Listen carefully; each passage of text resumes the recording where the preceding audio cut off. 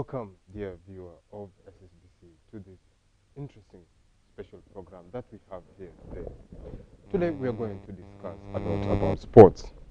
Sports has become a defining beacon in the world and the country, and basketball has become a beloved and unifying sport in South Sudan. Successes in the men's national team has seen a surge in support both locally and globally, and now it is the turn of the women's basketball team to fly high the flag of South Sudan in the African Basketball Qualifiers 2025. Today, I am your host, Emmanuel Amin, and I am joined with these two guests. With me is Nuer Maker Benjamin, a sport consultant, and Mario Manga, a basketball coach. You're both welcome to SSBC. So, tell us, as a basketball consultant, just give us a brief introduction about yourself and tell us something about yourself. Thank you, Emmanuel Amin, for inviting us to your show. As a basketball consultant, this is a position that we've just been recently establishing because we see where basketball is taking South Sudan and what needs are there for the basketball development in general in the country. There is so much that needs to be done off the court. Yeah. This is the part where we come in and we engage most of our time in. South Sudan right now has managed to achieve a lot in terms of developing basketball from the grassroots level since the independence. We have achieved a lot and we intend to do more because we see the potential in South Sudan. Yeah. All right, thank you. And Mario, basketball coach, you can tell us something small about what you do in terms of basketball coaching. Thank you for having us here in the studio. As I mentioned before, my name is Mario. I'm a basketball coach. I'm coaching in Luol Deng Foundation since 2015 up to now. So we are just empowering youth through sport, and we are doing good. We are doing good. Yeah. So tell us, our viewers who are watching there, how have you seen the progress of South Sudan basketball so far as it has come since independence in 2011? Honestly, basketball is something that has started gradually. It started picking up in 2019-2020. We've been participating at the regional level since 2010-2011. But there hasn't been much effort that has been put into it. With the election of South Sudan Basketball Federation in November 2019 and coming in of the new president, Luol Deng, we have managed to take leaps more than we expected by ourselves, especially investing on the national team. Through that, we are able to bring South Sudanese together and at the same time spark the interest. Was the intention at the beginning since 2020. And so far, we see that we are going in the right path. And we believe with this second term of Luol in the office, there's going to be more to do within South Sudan, and especially at the state level. Yes, and you said that since the rezoning, since the new president Luol Deng came in, and of course you said you have been a coach under the Luol Deng Foundation. So I want to know, is there a linkage between the foundation and being president of FIBA in South Sudan, or how did this come about? Actually, there is no link. The only thing that connects us between is the president himself, because the foundation was established since 2004, the time that he has been drafted in NBA. So in the NBA there is a policy. If you are a player there, you need to give back to your community. So you can't take money and something like that and just use it for no reason. So through foundation, because here they can track you and they can see exactly your activities and what you are doing for your community. So through that foundation, Mr. Luol helped South Sudanese a lot. Before independence, the time that we were one as Sudan, after independence, and through this foundation, a lot of young kids got scholarships, and even now, more than 75% of the South Sudan national team are from the camps that he used to hold in Australia, USA, UK, and so on. Yes.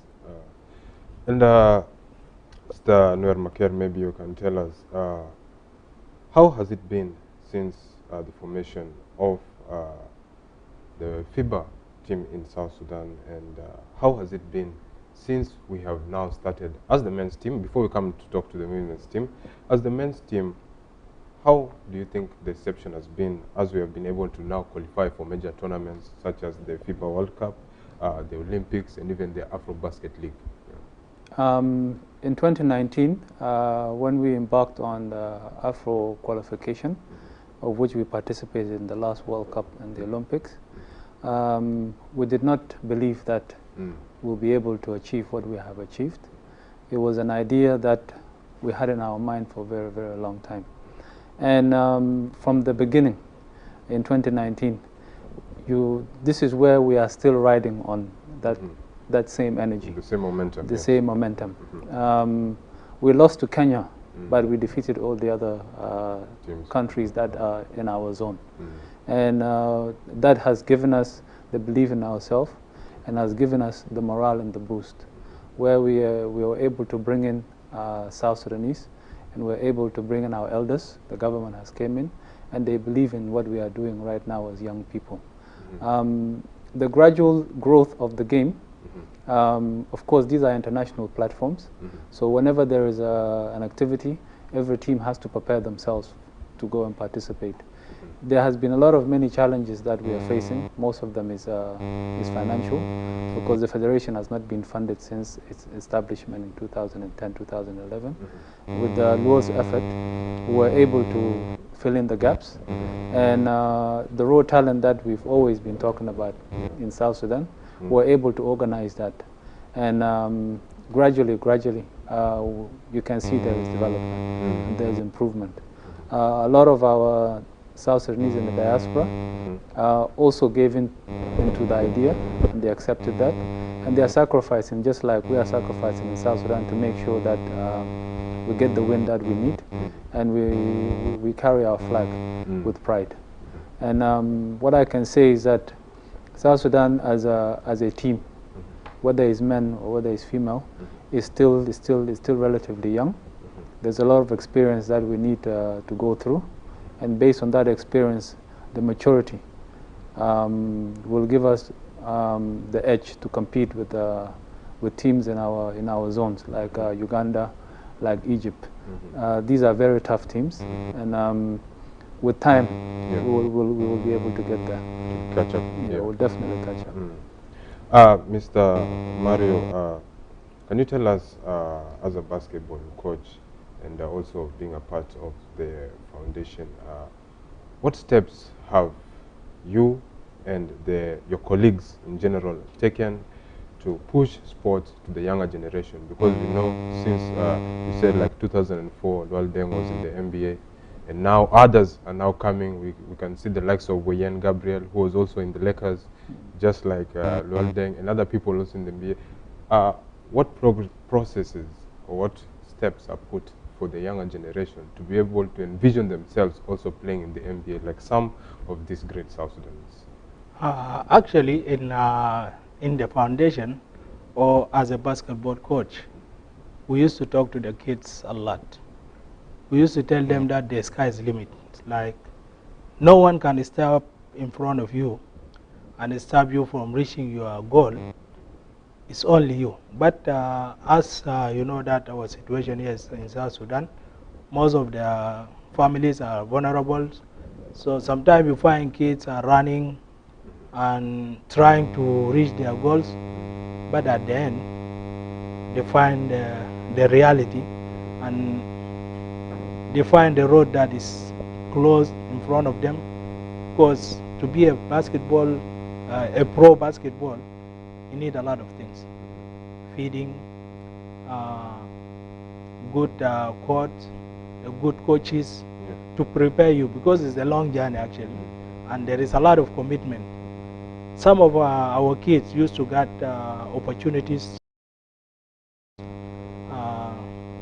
outside the countries. We have a lot of players right now in US, but when they are going there, you know, sometimes they find some difficulties to join the community over there. Some of them, the good thing that when they go there, they manage to secure their life, have reached a highest level in their education. But the rest, you see some of them right now in the national team are doing well, and a lot of them are coming. Even inside here, we have right now the national team. Most of those players, we used to call them warriors, and now the kids are saying that, and instead of saying, now I want to be like Steve Kerr, I want to be like LeBron James, now they are talking, I want to be like Winnie Gabriel, I want to be like Noni Omot.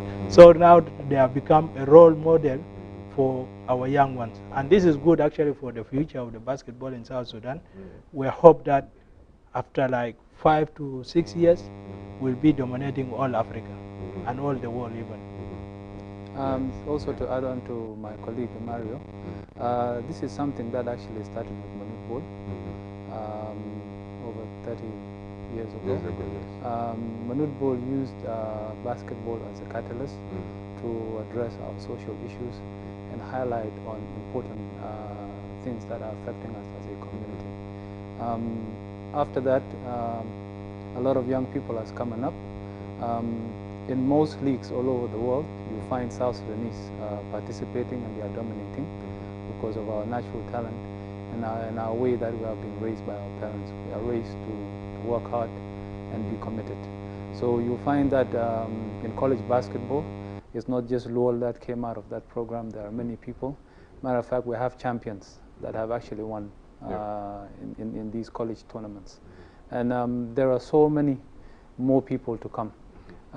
By default, it's just that Lowell happened to retire and he came back home. But there are still more people participating at the college level and at the professional level, still fulfilling their contracts. And I'm sure in a few years to come, like my friend Mario said, we're going to have more retired basketball players that are going to come and do exactly what Manute Bol has done, what Lowell has done. And for a young generation in South Sudan, a lot of them are going out of their way to actually look for locations where they can find basketballs and participate. Right now, basketball has flourished in Juba just because it's the capital city. So you find that there are more courts and there are more activities that are taking place. So we have a lot of young people coming from the States, and they are aligning sports development with education. And I believe the more they come, and the more Federation focuses on delivering services to the states, as they did in the last few years. So far, we can say 8 out of our 10 states we have basketball courts, and over time, with qualified people like Coach Mario in the Lowell Deng Foundation and the other academies like Chernobyl Academy and Biar Academy, that culture is being developed. And the good thing that I can actually commend these coaches is that they have taken a strategy that I feel like will benefit us in the long run. They are focusing more on developing the juniors and the under-12s. So in a decade, you'll be able to see the level of difference in that generation. So the future is very, very bright for us. And the spirit has not changed since Manute Bol has actually initiated that. And we believe as South Sudanese, this is something that we just have in our spirit. And basketball is going to do well for our generation. All right. Now, let us think about it like this. The federation has been there, but we know also the challenges, especially with things like funding. I remember before South Sudan went for the Olympics and even the World Cup, there was a tag that was put in international media that, you know, the country without an indoor court or things like this. So do you think the federation has put in line ways to achieve some of this? Because as we know, like football is just played on open ground, it can be played anywhere, but basketball requires some facilities, special facilities, especially catered for basketball. So how do you think the federation can be able to jump over such hurdles? And even though we have the economic situation in South Sudan, and also we know funding is also a problem, how do you think some of these hurdles can be jumped over? When it comes to infrastructure and providing facilities, it's not only the mandate of the Federation to do that. Matter of fact, as we speak right now, South Sudan does have an indoor basketball court, and it was built by South Sudan Central Bank. So we can say in South Sudan we do have an indoor basketball court. Now we do have. We do have a basketball indoor basketball court. Yeah. It's the issue of funding. It's not necessarily the government role to do that.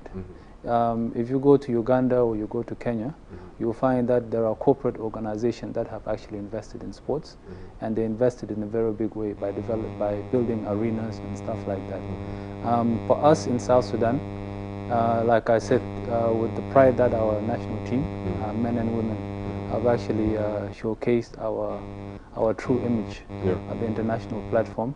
This is something that will push for social corporate responsibilities, and we will be able to convince businessmen and corporate organizations to invest in the sports. So this is something that is gradual, and I believe in less than 5 years, we will definitely have more indoor basketball courts. By next year, the Federation will have another indoor court that will host over 5,000 people. This is something that in the woodwork. Of course, it's not going to be revealed until everything is finished, but the Federation is actually doing a lot that we expect of them.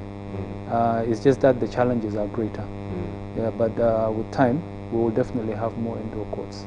Right now, at the grassroots level, we are not necessarily focusing on indoor courts and facilities to participate at the international level. We are more interested in developing our local leagues and local talents. So developing facilities has always been, let's just develop more courts, let's build more courts. And so far things are going well. There are some schools that have taken upon themselves to actually build basketball courts inside their facilities. And that is a very, very good achievement for such institutions.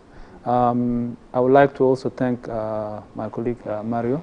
They, for the last 1 year, they have embarked on a junior NBA league where they assimilate 30 schools. They come in and they compete for over a month. Such platforms in South Sudan is what is needed, because our children are going to do more than us, that I definitely can say. Mario, do you have anything to add? Yeah, I just have, because I'm sure that Noel just covered everything, but I want to add a small thing. As he mentioned before, last year we had our first ever junior NBA in South Sudan, and some of the countries even are just hoping that they can host this kind of competitions, because through this kind of competition, a lot of good players used to come out, by the way. Yeah, it's for schools, like we have right now 30 schools participate in that league, and each school they have 20 players, but the one in the list must be 15 at least. So we hosted for almost like, the games took like 6 months, from March last year up to September. Then that was the finals, and even this year it will start on coming March, the kickoff. There are some new schools now are applying to be part of that competitions, and it is good actually for the basketball in South Sudan in general. From our side as the foundation, we hope that it can cover all South Sudan, but our partners, NBA and Stanbic, they just want us to focus right now in Juba, but we hope after 2 or 3 years these tournaments can go up to the states. So at least we make sure that most of the players, most of the youth in the states can be part of these international competitions. Yes. Dear viewer of SSBC, before we go to a short break, I would just like to remind you, of course, we are live on Facebook at SSBC TV and also at YouTube. in SSBC official, that's our page. Let us go for a short break, and after we come back, we shall be discussing about the tournament that our women's team is having at the AfroBasket Qualifiers 2025. Let's go for a short break, and after that, we shall be back. The head coach of Blair Academy Basketball.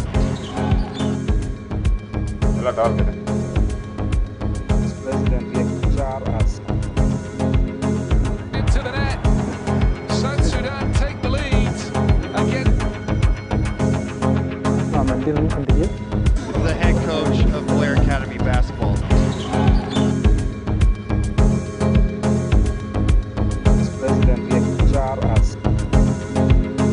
Into the net. South Sudan take the lead. Again. The head coach of Blair Academy Basketball.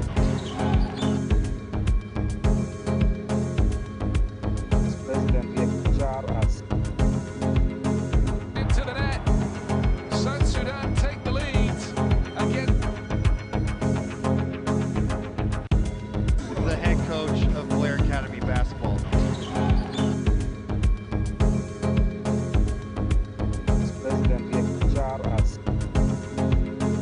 Into the net. South Sudan take the lead. Again.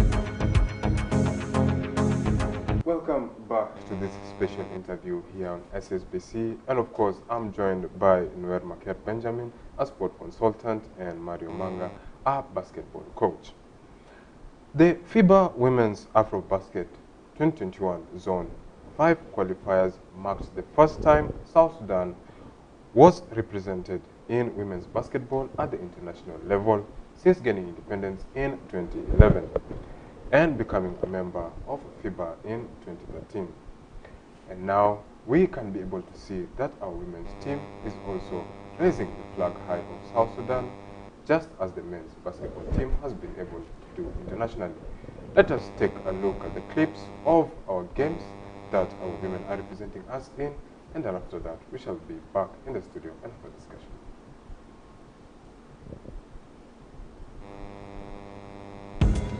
The head coach of Blair Academy Basketball.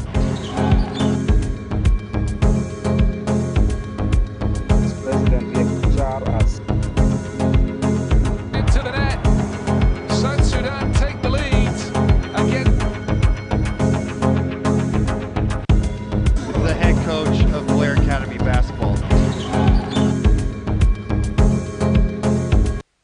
In a fierce competition between South Sudan and Uganda in the third round of Group V on Wednesday, players from the two teams put up brilliant displays of their talents in attacking the opponents while defending their own. The Ugandans dominated and controlled the first and second sessions with successful 3-point shots by Jane Osindi. She scored 26 points. Her teammate Shakira added 14 points in the 37th minute, doubling the lead of the Bright Stars. South Sudan's player Rose McQuay fought back hard to score 16 points, her Ugandan counterpart, making it the highest scoring team for the Bright Stars. Her teammate Delicia Washington added 24 points in the 40th minute. Abuk Bolgak scored 14 points in the 83rd minute, while Piet Gabriel added 4 points to increase the Bright Stars tally points. The match ended with South Sudan losing 69 points to 83 to Uganda. This defeat does not dampen the spirits of South Sudan national team as it prepares to take on Egypt in the next encounter in the qualification contest 2025. Dorwal Dorjok, SSBC. The head coach of Blair Academy Basketball.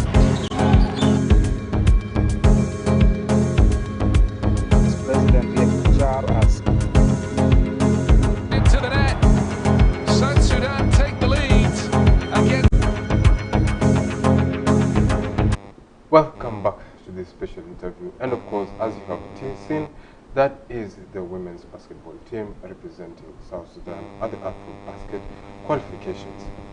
And of course, representing South Sudan in Zone 5, we have the Group A that in Group A, there's South Sudan, of course, Uganda, Kenya, Burundi, and Egypt. And as it stands right now, South Sudan has won against Burundi 77-46, also won against Kenya 86-69. Unfortunately, lost to Uganda 83-69 and also to Egypt 64-85. So with that, we have 2 wins and 2 draws, making us third in the table. Of course, I'm joined with Noel Maker, sports consultant, and Mario Manga, basketball coach. So you can tell us something a little, as you can see, that is our women now representing. Of course, you had said before, since 2019, the initiative has started, and of course, in 2021, the women's basketball team was now able to represent us internationally. So tell us how far you've seen the progress has gone in terms of women's basketball in South Sudan.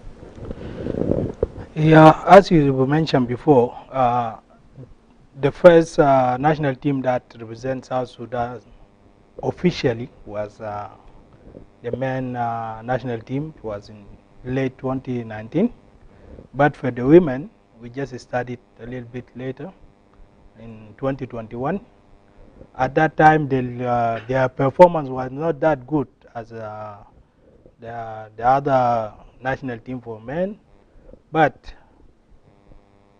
in each participation, you find that your level from time to time it's increasing slowly, because it is our first time and we are just trying to find ourselves. So the second one in Uganda was not bad, but this time our national team was very good. It's actually the best team ever that we have. The girls did their best, but unfortunately in zone 5 we have tough teams over there. In that zone we have Egypt, Kenya, Uganda. Those teams are there from long time. Yeah, so for us to beat Kenya 2 days ago, it was amazing actually, and even it was very good, give us a morale. So, and even today we have our second win. This is the first time actually to have 2 wins in one of the qualifiers, and it's good. So I hope that in the next one we can take all the games, all the 4 games, and we hope that we can beat Egypt like what men team did before. So right now actually we are in 3rd position. We're not going to make it to the Afrobasket, but our team is coming. It's coming strong even. So there is no place for 3rd place that can be seen as the best performance for some teams, or it's just the top 2 that are taken to qualifiers? No, actually from each zone they need 1 team, but there is something called wildcard. And that wildcard you will see all the other teams who had the 2nd position. The best team that has, you will see the points that he had, how the plus and minus scores that he got, then he will be the wild card. They have only two windows, yeah, for that one. And now from zone 5, I think Uganda will be the one, or Egypt, because right now Egypt and Uganda tomorrow they're going to play in the for the 1st and the 2nd position. So the one that will take the 1st position will automatically will qualify to Cote d'Ivoire 2025 August, and the 2nd one will be waiting to run for the wild card. And I'm sure that based on the performance for our group, most of the time the wild card used to come from zone 5, and this is the good thing. It's good, yeah, we are not qualified, but to see another team from zone 5 qualify to Afro basketball, so we can have 2 seats at the finals. Noel Maker, as a sports consultant, we had said before it seemed impossible when first the national men's team started playing, and then they made it to the World Cup, they made it to the Olympics, and then Afrobasket, and now it seems like a recurring theme that is now in the men's team. Do you think the South Sudan women's team can be able also to slowly make its way up, and then we can see now them qualifying for the AfroBasket and for the Olympics and even tournaments like the prestigious World Cup? For sure, definitely. I'm very proud of Bright Starlets, by the way. As a team, they've been around for just about 3 years. And from that gradual progress of 2021, we were just forming the team together.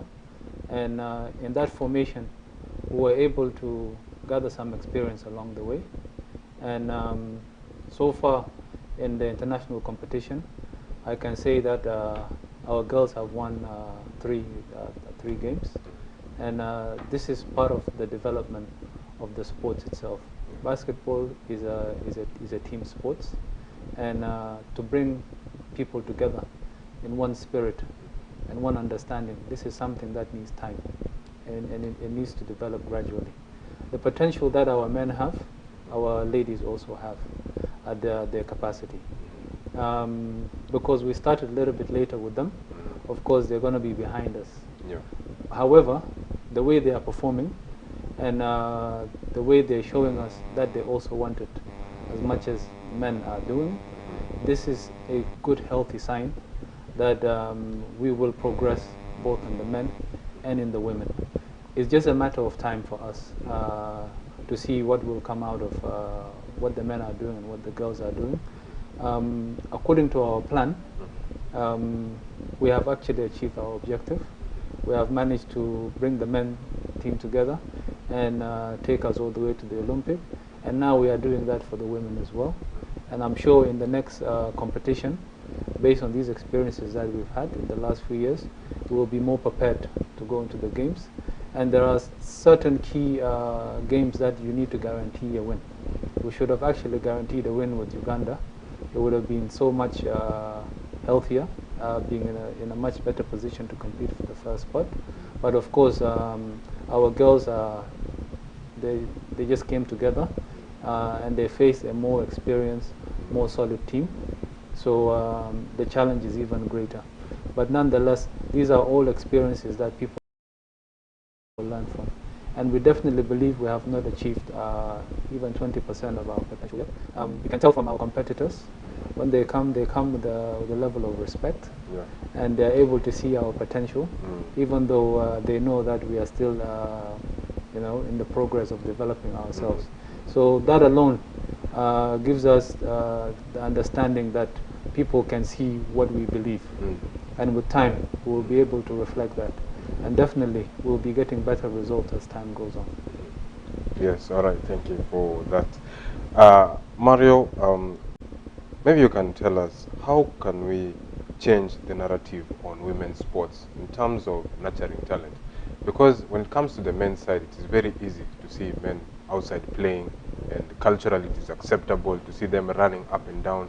But also culturally for us, it is very difficult for some people to allow this narrative that women can also be able to play sports like the rest of the people. So how can we be able to nurture the talent of starting from young girls up to the way they can represent South Sudan in the national level without seeming to clash with our cultural values? Yeah, actually these kind of things are like many reasons put together, so at the end you can mix like water, salt, and what at the end to get the thing that you are looking for. Here in South Sudan, our culture, they are not supporting women. Like when you talk about women basketball, they tell you, them are Marasakit. So their place is just over there at the kitchen and doing normal activities for women. So training women to prepare them, or girls to prepare them to the next level, need a lot of effort, a lot of things. You need to study their psychology.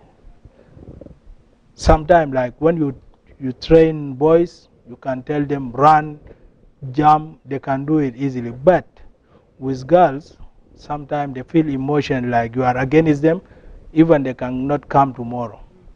So you need to have your strategy, how to deal with them, how to let them love what they are doing, so at the end you can reach your point. Yeah. Even in our games right now, when you compare our level with the other teams, you find we are just missing small piece. But what is it? You need to search a lot in the corners to find exactly what we are missing, because team chemistry is not there. How can we bring that team chemistry? You need to put them together every time, train together, have many games as much as you can. But at the same time, we can't make all these things happen, because most of them, they are coming from different places, different America, Canada, Australia, and even we have players from Morocco. So it's hard for you to bring them from time to time together, unless if there is a competition. But how we can break this, we need to bring them earlier, like make them sit together for like 3 weeks, maximum 3 weeks. Then you can make sure that all of them in one place. You put your strategy, you talk to them a lot about your game plan, then they go there and try to apply it. Okay, let us go back to our sport consultant here. Now, you said that the junior NBA was also introduced here in South Sudan. As we can see in the women's team right now, a lot of people are coming from the diaspora or from outside countries. In such initiatives as the junior NBA, is it also divided to the girls section, to the women's section? Or how can we be able to also train our girls and our women to such a level that we will no longer need players from the diaspora to come and represent South Sudan? Just going back and tying this question with the previous one. Yeah. As South Sudanese, we're a very conservative society, and the roles are played according to the men and the women. Yeah. As a new nation is being developed, there will have to be a symbiosis that will break certain norms and certain conventions.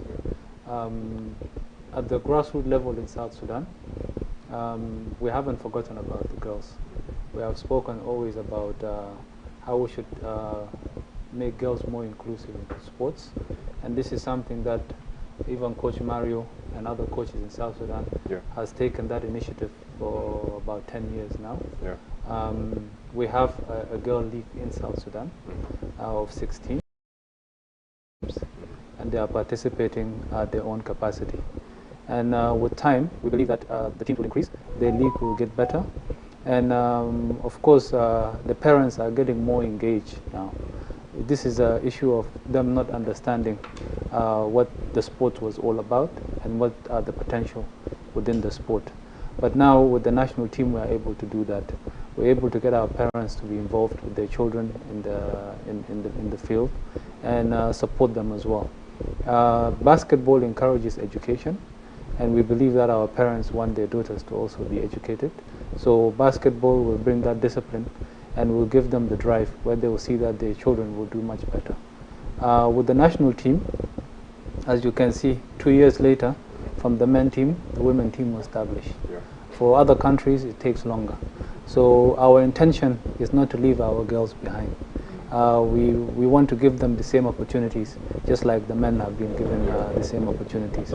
And we believe that with the likes of our starlets participating at the international level, they will become role models to the girls in South Sudan and encourage the girls to push themselves as well. And for those who have the belief and they have the intention to represent their country, this is one of them. The raw talent is there, the potential is there, and as a country you can see that this is one of the things that will give us access to push ourselves beyond what our surrounding provides us. So we believe that girls are going to do more. We're going to have more girls in basketball. For South Sudan right now, basketball is a youth movement. Yeah. So it's not only the boys that are engaged and are interested. Girls are extremely interested in the sports as well. So you'll find some of them changing fields and changing disciplines. Volleyball has always been the game that has encouraged girls to come and Yes. participate in the field. But right now you see the transition. You know, girls are going from volleyball to basketball. Girls who are at home are coming outside.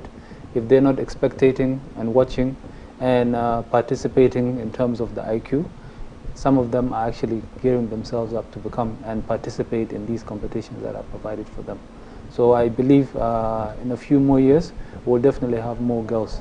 Also with our Bright Starlets, they are also engaged in community work. So every time they come to South Sudan, they don't just take it as a home visit and they stay away from basketball. They come and they create initiatives, they visit academies, they speak to girls, they visit girls' schools and stuff like that. So with time, we will definitely see more girls coming into basketball, and we will definitely see our national team participating much better. All right. Just to add on to that, you said, of course, that there is a local women's league. Now I want to know, is this local league only specifically here in the capital?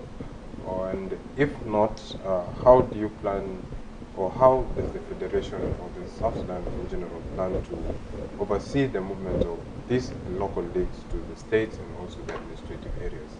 I don't know. Well, the Federation has a General Assembly, and that General Assembly is a combination of state associations. So far we have seats for the 10 states plus the administrative areas. The executive of those states are the ones that come into the Federation in Juba, and they discuss their concerns of how to develop sports at the state level. Right now, Central Equatorial State Basketball Association has been the longest in terms of basketball initiative. So they are more organized and they are more prepared, and they have more opportunities for younger players.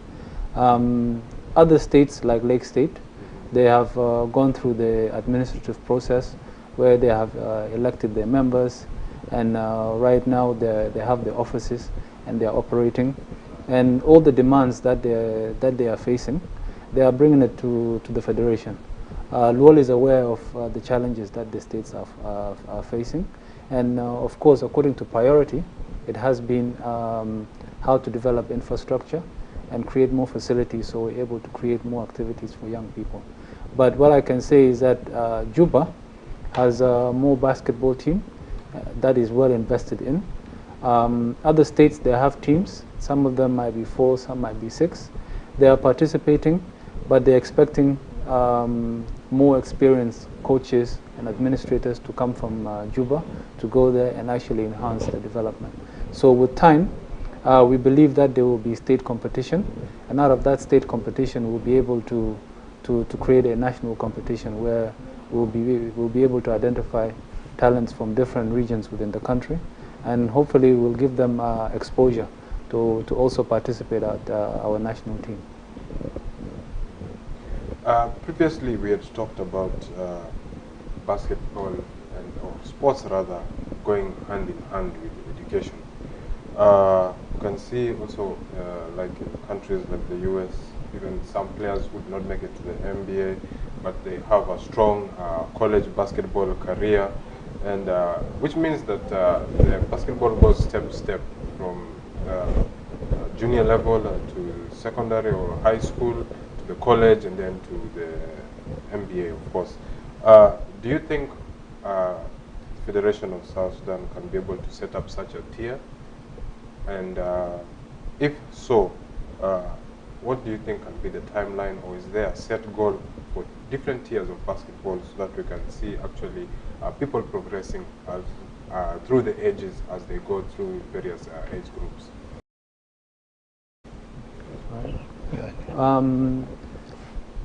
Your question is valid, and to break it down, we'll have to focus not just only on the court, players on the court. There are so many developmental aspects around the sport itself that needs to be enhanced.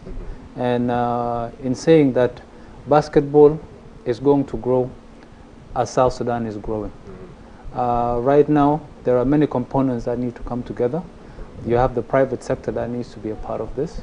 The government needs to be a part of that, and then basketball community also needs to come in and keep pushing the agenda forward. What I can say is that every country has its own dynamic situation, whereas for us in South Sudan, we have our own unique situation as well. And we believe that with the formation of national team in the last 5 to 6 years, we have managed to achieve the unifying aspect of us as a people. And in that unity, this is where we'll be able to push forward in one direction. I can for sure tell you that as basketball is developing and as South Sudanese are beginning to accept basketball, the condition of basketball itself will change.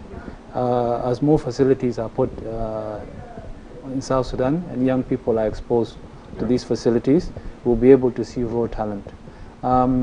With developing the sport itself to the level that you were just asking, there is a structure of where people are supposed to gradually go from, and it's mostly dictated by age. So based on your age, you will participate according to the category that you have been allocated to. Basketball, you have under 12, you have under 14, under 16, under 18, and then 21 you have the men's team. Every player wants to represent their country and wants to carry the flag. So every player that is embarking on their own journey in understanding basketball, ideally they will want to be part of the national team. And in that, this is where they get exposed but also represent their people. But for us in basketball, we are looking at basketball as an opportunity where young people are able to get scholarship and they're able to get free education. So even if they don't excel in basketball, they have a better opportunity in life and better chance to actually contribute in a different way and in a better way as a professional. So I believe for the next 10 years, we are definitely going to have more competitions that is inclusive of all the states coming in together. And with that, we'll be able to enjoy basketball in South Sudan. And the homegrown solution that people are talking about, where are our players in South Sudan, where are our players in South Sudan, they're actually there. And honestly speaking, because of the environment that South Sudanese players find when they go outside, like for example Uganda, they develop rapidly quick. And not only that, they also dominate in the league. So if you were to go to our region in East Africa, or you were to go to America at the college level, you will find that there are a lot of South Sudanese out there that are actually creating an impact on the court. And based on our upbringing, they are also changing the society around them as well. So the representation is really good. We believe that basketball is going to do a lot for our generation. Yeah, indeed. We are almost coming to the end. Maybe we'll start with you. If there's anything we've not talked about you'd like to add, or you can give us the final parting shot before we end this show. Just my messages goes to all South Sudanese. I just need them, to their whole families actually, from the beginning. So they need to encourage their kids, others boys or girls, to be part of sports, any kind of sport, not only basketball. Because right now, as you see around, we are moving through a lot of difficulties. Kids are dropping out of schools because of many reasons. Sometimes families are not paying attention to them. They come out of homes, are going to the school, but they will not reach there. They need to trust their kids, don't punish them, just talk to them, because most of them, right now, when you have a 3-year kid, and you talk to him or to her, the way that they are responding it's not the way that we used to talk before. Because right now, 3 years, they can talk like they are 5 or 7 years. So they know everything. So you need to communicate with them, make them your friend, not your kids or something like that. Encourage them for basketball and education, football and everything, to make sure that their future is bright. Okay, but when they are stuck in one side, just if they want to tell you they are opinion. You shout on them, you chase them out of you. Now you are creating a huge gap between you and them, and they will not come to you if they have anything. Like, you need to be their You need to listen to them. yeah, someone that if they have anything, they can come to you straight and tell you what they are making them pissed off or something like that. So my message is just going to the families. You need to encourage your kids, listen to them, and you can respond to their questions and everything like that. All right, thank you very much, Mario. And then, Noel Maker, maybe you can give us just a short parting shot. We have 1 minute left here. Well, first of all, I want to say thank you to Bright Starlet players. They represented us really well. And I would like to say congratulations to them on the win that they had against Burundi. Their game has really improved. The captain, the team captain, Adud Bulgak, has came up in a very phenomenal way. We had a challenge of rebounds.